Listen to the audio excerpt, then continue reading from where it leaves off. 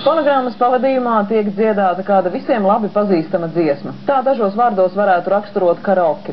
Ja kādreiz cilvēki pasūtīja mūziku, tad tagad vairāk ir gatavi dziedāt paši, saka daudzu karaokes ballīšu organizators Austris, kurš jau 3. gadu ir arī starptautiskā karaokes konkursa žūrijas sastāvā.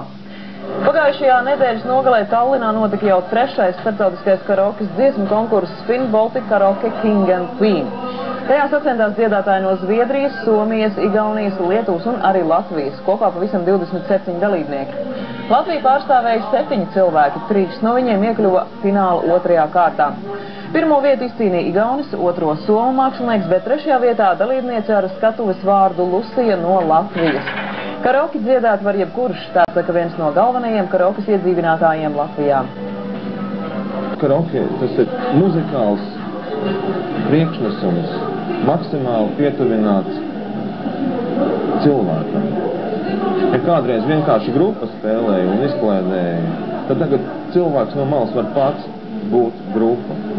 Varbūt viņam nav no dabas dots, bet karaoke ļauj viņam justies uz skatuves kā solistam.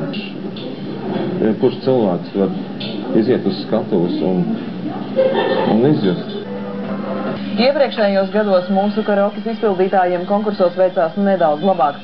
Gan 2004. gan 2005. gadā pirmo vietu izcīnīja tieši dalībnieki no Latvijas.